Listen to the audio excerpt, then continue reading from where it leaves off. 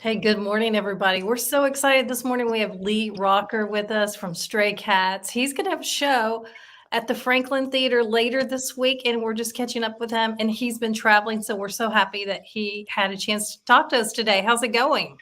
Going great. Looking forward to hitting the road. I've got, as you said, Franklin coming up, and then New York City, and then out to my hometown on Long Island. Wow. So you've been traveling a lot. Can we go back? Let's tell me about the Stray Cats, how that came together as a band, because you were instrumental in putting that together. Yeah, well, myself, Brian Setzer, and Slim Jim, we all grew up together. Uh, Town on Long Island called Massapequa, New York, and we go back to 10 years old. We were friends since we were little kids, and we were always the music bunch, and put the band together as teenagers in my dad's garage, and played around New York quite a bit in those early years, and then made our way to CBGB's in Max's Kansas City. I was still 16 or 17, and then in the summer of 1980, decided we were going to try something different, and we decided we were going to go to London to see what would happen. But we really hadn't thought it through very well. So we wound up sleeping in Hyde Park and all night movie theaters. And it came together quick, and we were virtually kids at that point. And it was like being shot out of a cannon, actually. Mm, mm. I feel like Stray Cats. Okay, this is gonna date me, but I remember seeing your guys' videos on MTV. Like that, you guys were part of that kind of whole movement of MTV, those 80s bands that we still play a lot today. Sure. We were there at the inception of MTV. As I said, we were first in London, and bands and record labels were doing videos in the UK before MTV existed, but not by much. So we were there right at the onset with ourselves and Motorhead and Susie and the Banshees and Duran Duran and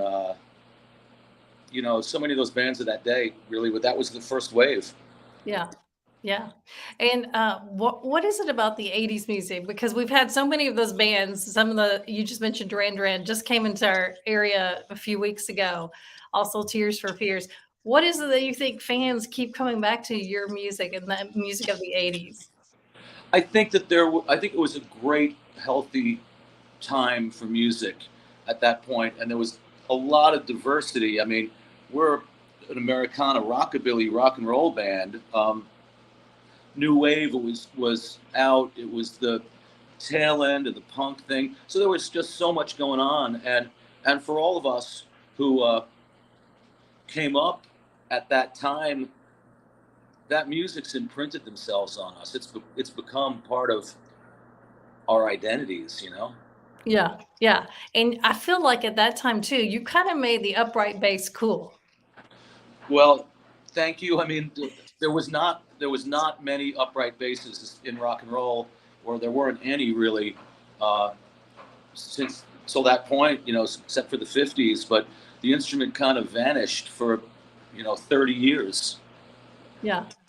Yeah, and you're in like the bass player Hall of Fame. I mean, you've really expanded. I mean, do you feel like you're known for that more than anything else, playing the upright bass?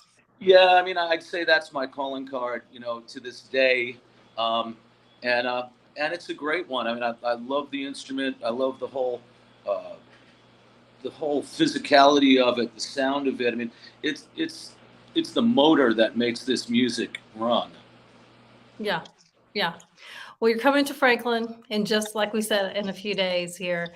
Tell us about that show because you beyond the Stray Cats, you've done your own music and you have your own style of music. So tell us about that. You know, um, Coming out to Franklin, and can't wait to be there. It's been a while since I've been in the Nashville area, and the concert is really music that's cherry picked from my 40 years on the road and recording. And I think I've picked the best of all of my eras, going back to Stray Cats, of course, Rock This Town, Stray Cats Strut, a number of those songs, and as well as Americana, uh, classics of the Americana world, and things from my solo career. But it's it's a concert, but it's more than a concert, really. What I do in these theaters is I got an amazing band with me for years, but we've got a screen, and so there's images, there's some video going, and I get to like tell some stories about life on the road, recording, touring, and sort of a behind the music kind of thing. So it's a concert and more. So it's kind of like a history and a concert all in one. Little bit, and I do talk about the birth of rock and roll as well. Because I've been so fortunate uh, that I spent a lot of time working and recording with some of the really legends, early legends of rock and roll. Scotty Moore, who was Elvis Presley's guitar player, joined my band. We spent a lot of time together, and Carl Perkins I worked with tremendously, and Carl was an architect of rock and roll. So I do talk about the roots of all of this and how it's carried on since then. And those stories are so important because at some point, if we don't keep telling them, they're going to get lost. So I love that you're doing that in the show. Thank you. Yeah. All right. So it's going to be, there's a few tickets left, franklintheater.com. Go check them out. Lee, it's so great to check in with you. Can't wait to see you in a few days. Thank you so much. All right. We'll see you soon.